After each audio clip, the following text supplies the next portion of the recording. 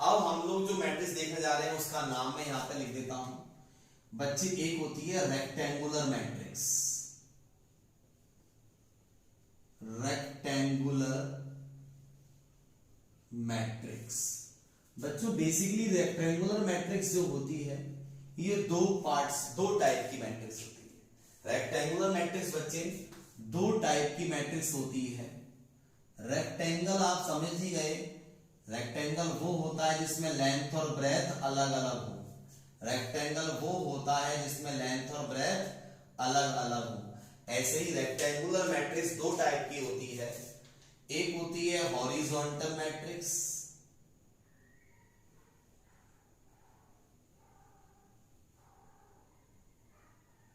एक होती है बच्चे वर्टिकल मैट्रिक्स, वर्टिकल मैट्रिक्स। अब ये बच्चे हॉरिजॉन्टल और वर्टिकल दोनों मैट्रिक्स कैसी होती है देखो। हॉरिजॉन्टल मैट्रिक्स की अगर बच्चे मैं आपको एग्जांपल देके समझाऊं तो देखो बच्चे हॉरिजॉन्टल मैट्रिक्स कैसी होती है, लंबी लंबी होगी, खड़ी खड़ी होगी, जल्दी बताओ। लंबी लंबी, लंबी लंबी मतलब कि 1 2 3 -4 0 2 -1 √5 कुछ भी हो सकती थी। आप देख सकते हो ये हॉरिजॉन्टल मैट्रिक्स है जिसका ऑर्डर क्या है बच्चे बताना। इसमें दो तो रो हैं और कॉलम कितने हैं, 4। इसका मतलब आप लोगों ने एक चीज नोटिस करी, हॉरिजॉन्टल जो मैट्रिक्स होती है इसमें जो रो होते हैं वो हमेशा छोटे होते हैं किससे, कॉलम से। याद रखोगे बच्चों, यस या नो। और बच्चे जो वर्टिकल मैट्रिक्स होती है लंबी लंबी होती है, मतलब ऐसे खड़ी हुई होती है, बोले तो लाइक दिस वन बच्चे, कुछ इस तरीके से 1 2 -1 0 -1 √2 कुछ भी लिख लो, ठीक है ना। 5 4 आयोटा रूट में x और ले लो, यहां ले लिया 3, यहां ले लिया a और यहां ले लिया साइन अल्फा। लो बच्चे ये भी एक मैट्रिक्स है, ये भी एक मैट्रिक्स है, ठीक है बच्चे। ये बच्चे कैसी मैट्रिक्स है देखने में, वर्टिकल मैट्रिक्स है। अगर मैं इसके ऑर्डर की बात करता हूं, इस मैट्रिक्स का ऑर्डर क्या है, इसमें 4 रो हैं और 3 कॉलम हैं, यस या नो। ठीक, तो याद रखिएगा जो वर्टिकल मैट्रिक्स होती है बच्चों, इसमें जो रो होते हैं वो कॉलम से हमेशा ज्यादा होते हैं। देखो दोनों मैट्रिक्स बच्चे रेक्टेंगुलर मैट्रिक्स हैं। रेक्टेंगुलर है मतलब रो और कॉलम दोनों के अलग अलग हैं। लेकिन रेक्टेंगल भी दो टाइप का होगा, हॉरिजॉन्टल भी हो सकता है और वर्टिकल भी हो सकता है। समझ में आ गई बच्चों बात, हाँ या ना। हाँ बच्चे, तो देखिए बच्चे अब हम स्टार्ट करते हैं अपनी रेक्टेंगुलर मैट्रिक्स के बाद स्क्वायर मैट्रिक्स। ठीक है बच्चे, कौन सी मैट्रिक्स, स्क्वायर मैट्रिक्स। एक बच्ची मैट्रिक्स होती है स्क्वायर मैट्रिक्स। ये स्क्वायर मैट्रिक्स कौन सी मैट्रिक्स होती है बच्चों, ऐसी मैट्रिक्स जिसमें रो और कॉलम सेम होते हैं। मतलब कि ऐसी मैट्रिक्स जिसमें जितने रो होंगे उतने ही कॉलम होंगे, ऐसी मैट्रिक्स कहलाती है आपकी स्क्वायर मैट्रिक्स। अगर बच्चे मैं इसकी इन शॉर्टकट में डेफिनेशन देना चाहूं तो यहां पे लिख दूंगा हैविंग सेम ऑर्डर। क्या लिखूंगा, हैविंग सेम ऑर्डर। ऐसी मैट्रिक्स कहलाती है स्क्वायर मैट्रिक्स जिसका ऑर्डर सेम होता है। या आप बोल सकते हो बच्चे a matrix is said to be square matrix if the number of rows is equal to number of column. So for example बच्चे अगर मैं एग्जाम्पल की बात करता हूं स्क्वायर मैट्रिक्स का, अगर बच्चों में एग्जाम्पल लेता हूं तो आइए दोस्तों आपको एक स्क्वायर मैट्रिक्स का एग्जाम्पल दिखाता हूं। मान लीजिए आपके पास एक ए मैट्रिक्स है, ठीक है बच्चे, जो है A11 A12 A21 A22। ये बच्चे एक 2 रो 2 कॉलम की स्क्वायर मैट्रिक्स है। एक और एग्जांपल अगर मैं लेने की कोशिश करता हूं, मान लीजिए मैंने बी मैट्रिक्स ली, B11 B12 B13 B21 B22 B23 B31 B32 B33। देखिए बच्चे, एक मैंने और एग्जांपल लिया मैट्रिक्स का। बच्चे ये दोनों मैट्रिक्स आपकी कैसी मैट्रिक्स है? स्क्वायर मैट्रिक्स है। क्यों? क्योंकि इसमें अगर 2 रो है तो 2 ही कॉलम है।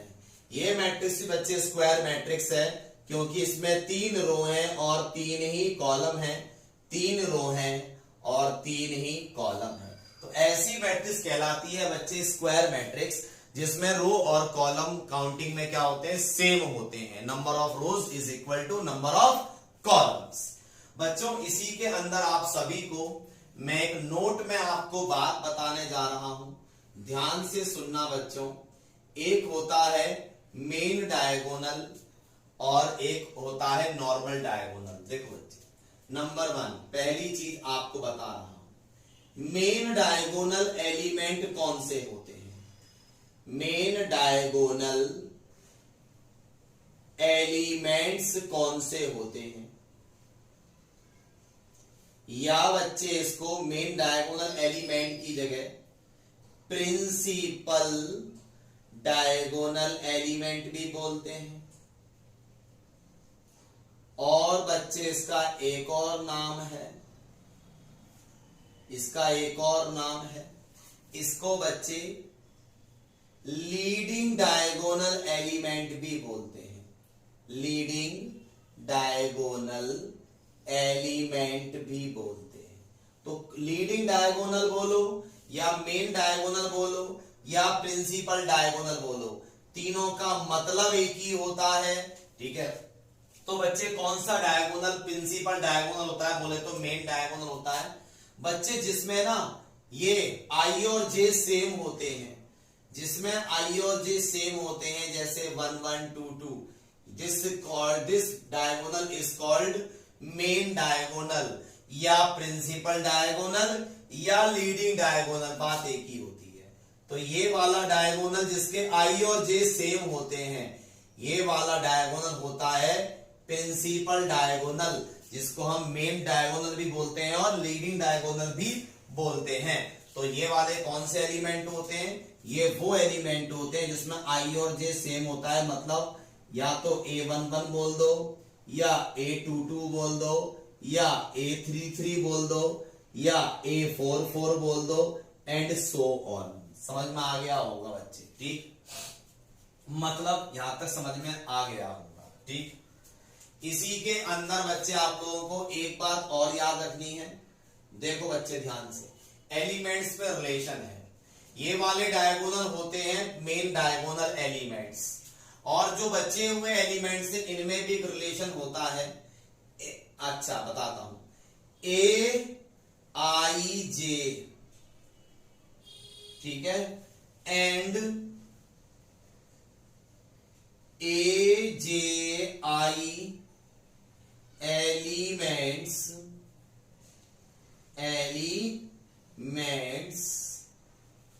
are called conjugate elements।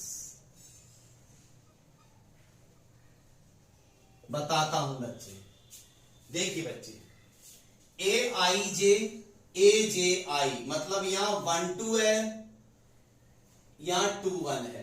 तो 1 2 जो है और 2 1 जो है, ये दोनों आपस में एक दूसरे के उल्टे हैं ना, 1 2 2 1, तो ये आपस में कॉन्जुगेट एलिमेंट कहलाएंगे।